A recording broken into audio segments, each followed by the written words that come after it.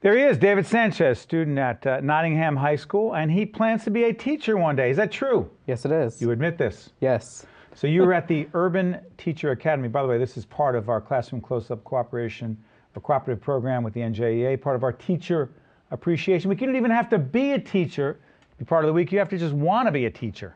Exactly. What happened at that academy that turned you on to this? Well, they brainwashed me. It was In very a good sad. way.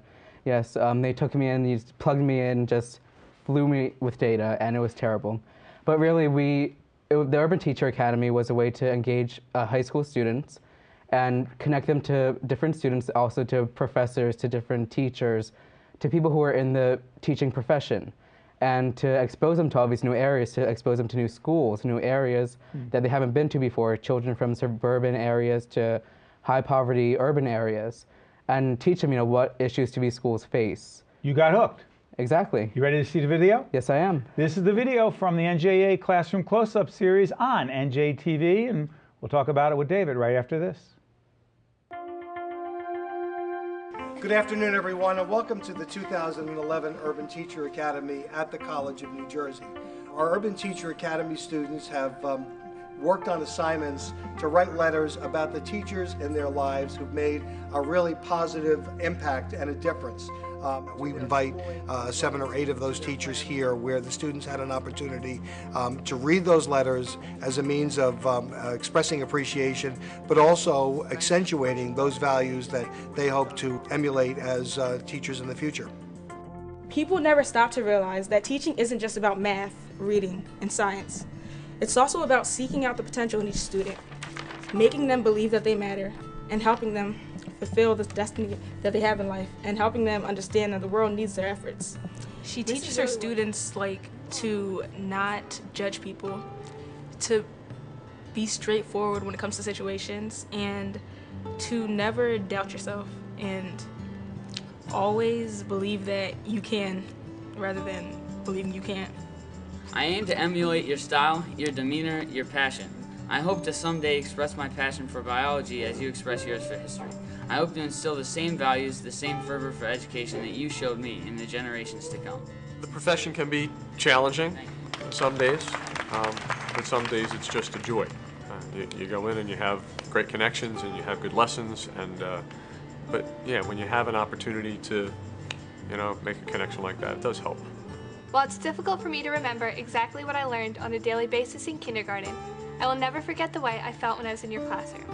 I remember being very shy and nervous when I first entered school as a little 5-year-old.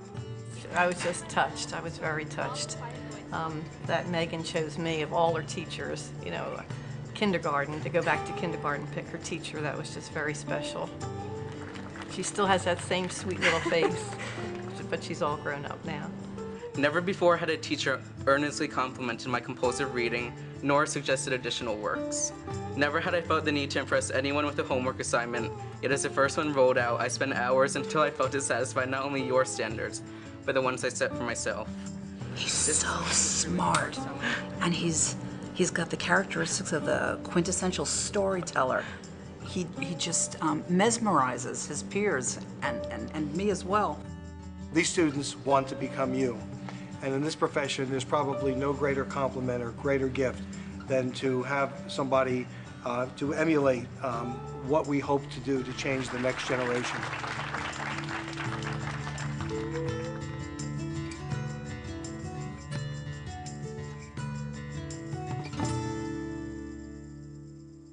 There you go.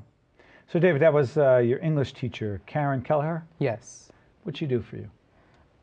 When I went to her classroom at first, I was saying, this is English class. I'm fine. I don't need to, do extra work. I don't really need to take time on this because it's English. I can just write it as she do my homework when she's coming down the rows. And before that mindset, I had that for years. And I was like, I'll get an A and it'll be fine. I don't have to do too much work. And when I went into her classroom, she laid down the law. She was like, you have the opportunity to make something of yourself and you have the opportunity to shine. And if you take a part in your own education, if you feel that you are being respected in the classroom, if you feel that you have respect for your work, have respect for the things that you're putting out, then you're going to achieve more. You're going to achieve what you want to achieve. And so by setting these standards, I felt that, okay, well, I can write a really amazing essay. I can, have something submitted. I can write poetry. I can do these things. And I didn't know that before. Before I knew I can get an A. That's fine. So I learned that from her. Why'd she call you the storyteller? She called me the storyteller because basically I never shut up in her class. And so, when we would have class and when, she would open the New York Times and we would discuss something in the op-ed or, an op-ed section. And she would say, oh, this story, how do you feel about this story? And I said, well, Miss Kelleher, let's go back. Let me tell you about my father's great-grandfather who went to Mexico and built this town. And it's just the way that, in my opinion, the way that an English teacher can relate to their students is by bringing something that you have in the classroom and bringing a personal connection to it. And so for her to say, well, how does this impact you? What does this story mean to you? I can say, what in my life what can I take from this that I'm reading right now? And that's, that's what I gleaned from it, and that's why she calls me the storyteller. You pretty sure you want to be a teacher? Yes, no doubt about it. No doubt? No. You're convinced? Mm-hmm. Let's talk about role models, male role models. Male role models? Do we have enough male teachers? No, absolutely not. You're looking to change it, aren't you? Exactly. I have a feeling you will. Go ahead. Okay. And I did not have a male teacher until I was in middle school. I never had a male teacher throughout elementary school. Middle school, I had my shop teacher as my first male teacher. And then in high school, my science teachers, my math teachers, I had more male role models in the education field. And when you imagine a teacher, you don't imagine, like a man standing up there in front of the classroom. You imagine like a, sweet old woman with an apple saying, welcome to my class. And that's an issue that we're having because when students look up and see, who is my teacher? Who can I have as a role model? They don't see men being there. They don't see males in the teaching profession. Not enough, because we did see some in the academy. Yes, we saw some there at the Urban Teacher Academy.